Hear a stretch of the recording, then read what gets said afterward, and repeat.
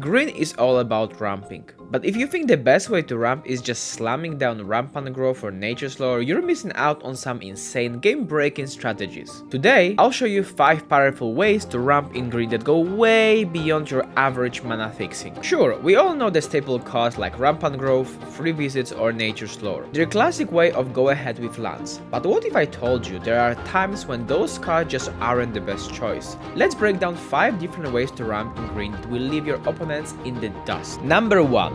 High power creatures deck. If you love playing big creatures like I do, especially with commanders like Ellivere of the Wild Court or Ghalta Primal Hunger, having an 8 or 10 power creatures on the board is as natural as breathing. In this situation, the best green ramp card by far is Traverse the Outlands. This card has won me so many games because it lets you fetch that many basic lands equal to the power of your highest power creature. Got a 12 power Ghalta? Boom, you just ramped 12 lands. Number 2. Enchantment, Blink or Copy decks. One of my favorite ramp card that is extremely versatile is Omen Path Journey. This 4 mana enchantment lets you pick 5 lands from your library. Notice that I didn't say basic lands. Exile them, and on your end step you put one of those lands onto the battlefield. And you keep doing this until all the lands are gone. But here's the catch. If someone removes this enchantment, your lands are gone, so be mindful of that. There are a couple of ways of how you can use it. With enchantment deck, especially if your commander is Cities who loves drawing cards, you want to tutor and go for lands like Reliquary Tower for that unlimited hand size. Or if you're playing 3 or more colors, getting your triumphs could be very helpful. If you are scared that your lands will be gone, you can go for Copy or Blink strategy. With Blink, all you need to do is put these lands onto the battlefield with just 1 land. In the Copy deck, you can go for the same strategy. Example would be using a new commander from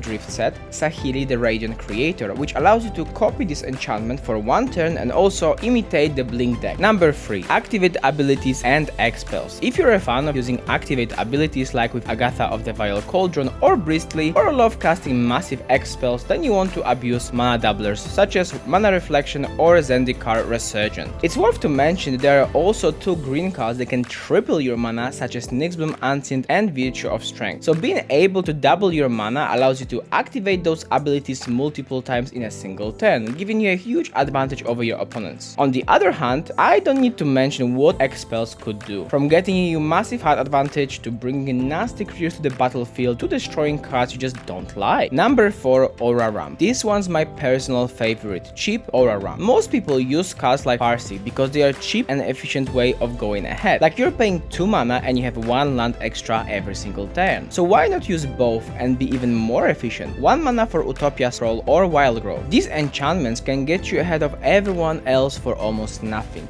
But be aware of cards like Abundant Growth, which changes the color of your mana instead of actually ramping you. You can also use Fertile Ground or Wolf Willow Heaven for just 2 mana to boost your mana production even further. And here's where it gets even better. With commanders like Cities, you'll be drawing cards like crazy, or with Ellivere of the Wild Court, your creatures get way stronger with virtuous role tokens that care about how many enchantments you control. Aura Ramp just synergizes so well with both of them. Number 5. Combat based ramp. If you like swinging with creatures, then Bear Umbra and Nature's Will are your best friend. Bear Umbra untaps all your lands after attacking. It's not just cheap mana doubler, it also gives you totem armor which protects your creatures from removal. Nature's Will, on the other hand, is devastating against blue players because whenever your creatures deal combat damage to a player, you untap all your lands, but also you tap all their lands. It's the perfect way to ruin their plans. Not to mention, it's the closest thing green has to taking an extra turn. As a bonus card, I will give you Mark of Sakiko. This underrated aura synergizes well with high power creature deck, as it gives your green mana equal the combat damage you dealt to a player. This can instantly give you a massive advantage. You simply hit somebody for 8 damage and you have 8 extra green mana to use. And if you're somehow mixing this with red color for double combat phases, you're about to make some crazy plays. So